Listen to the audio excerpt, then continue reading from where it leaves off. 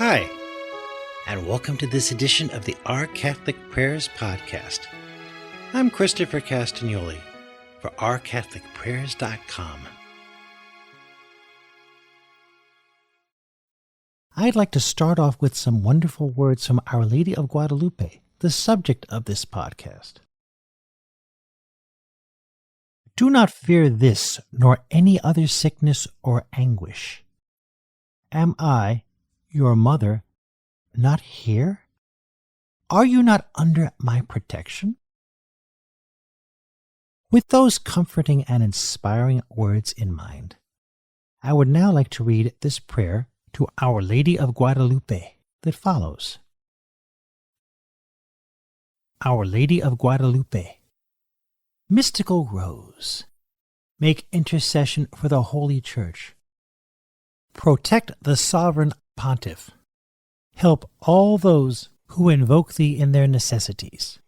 And since thou art the ever-Virgin Mary and Mother of God, obtain for us from thy most holy Son the grace of keeping our faith, sweet hope in the midst of the bitterness of life, burning charity, and the precious gift of final perseverance.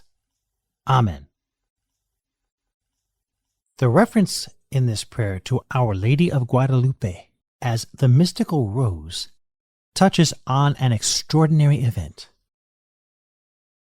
The Blessed Virgin Mary appeared to an Aztec Indian convert to Catholicism named Juan Diego on Tepeyac Hill, near Mexico City, on December 9th, 1531. She asked him to tell the local bishop that she would like a church to be built there in her honor. When the bishop, Juan de Zumarraga, a devout Franciscan, asked Juan Diego for a sign proving the authenticity of her request, Mary helped out in two very special ways. First, she instructed Juan Diego to gather fresh Castilian roses not normally found in the rocky, barren landscape of Tepeyac Hill, and certainly not in the beginning of winter. Then she had him carry them to the bishop in his tilma, that is to say, his cloak, instructing him not to open his cloak until he saw the bishop. Bishop Zumarraga was so moved when he saw Juan Diego this time, on December 12th, that he fell to his knees and granted Our Lady's request. Not only was he amazed at the roses falling out of Juan Diego's tilma, even more incredible was the image he saw of Mary as Our Lady of Guadalupe, imprinted on his cloak with the appearance of a mestiza woman of both European and Native American descent, just as Juan Diego had described her. We have this image on the web page, as well as the description page for this podcast. Mary also miraculously cured Juan Diego's uncle, Juan Bernardino, from a serious illness that same day, telling him that the image on his nephew's tilma should be known as the Ever-Virgin Holy Mary of Guadalupe. Some analysts believe that by using the word Guadalupe, Mary was actually referring to herself as the one who crushes the serpent, Satan, using a descriptive term in the Aztec Nahuatl language that sounds like Guadalupe in Spanish. The bishop put Juan Diego's tilma with the image of Our Lady of Guadalupe in his chapel until it was transferred to the shrine when it was built soon afterwards. The picture became the focus of much veneration and was responsible for the conversion of literally millions of Aztec Indians, among others, to Catholicism. Our Blessed Mother helped turn them away from worshiping false gods and making countless human sacrifices.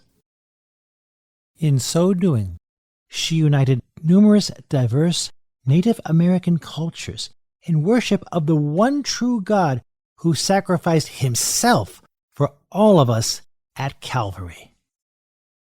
As one 19th century Mexican preacher noted, thanks to Our Lady of Guadalupe, as he expressed it, the Catholic faith spread with the rapidity of light from the rising sun throughout Mexico. Our Lady, in appearing as a mestiza to Juan Diego, endeared herself to millions of Native Americans and others throughout Mexico as La Morenita, the little brown one, and was key in spreading our faith. The picture from the tilma is still displayed in countless churches and other shrines, but also in taxicabs, murals, and in people's homes as well. It is another tribute to the power of Our Lady of Guadalupe that the basilica dedicated to her is today one of the most visited Roman Catholic shrines in the world.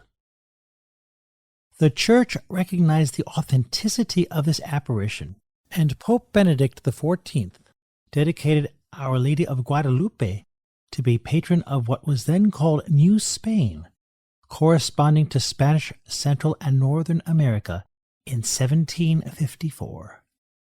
Pope St. Pius X made her patroness of Latin America in 1910, while Pope Pius XII extended her patronage to all of the Americas in 1946. In 1988, Pope John Paul II made December 12th a feast day for all dioceses in the United States, and in 1999 he made it a liturgical holy day throughout the Americas. He later canonized Juan Diego in 2002, making him the first Native American saint.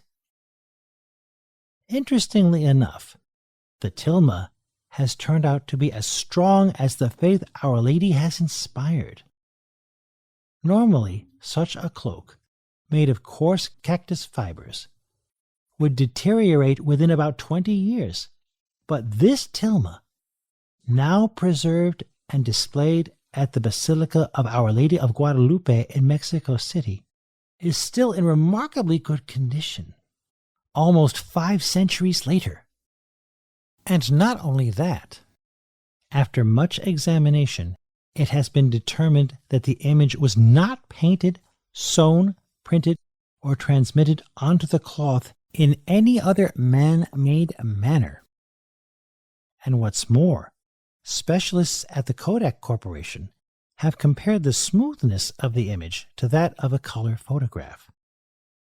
This becomes even more remarkable when we take into account that this image was produced more than 300 years before photography was even invented. And once again, let us keep in mind what Our Lady told Juan Diego to calm his anxiety over his uncle's illness, as I mentioned earlier.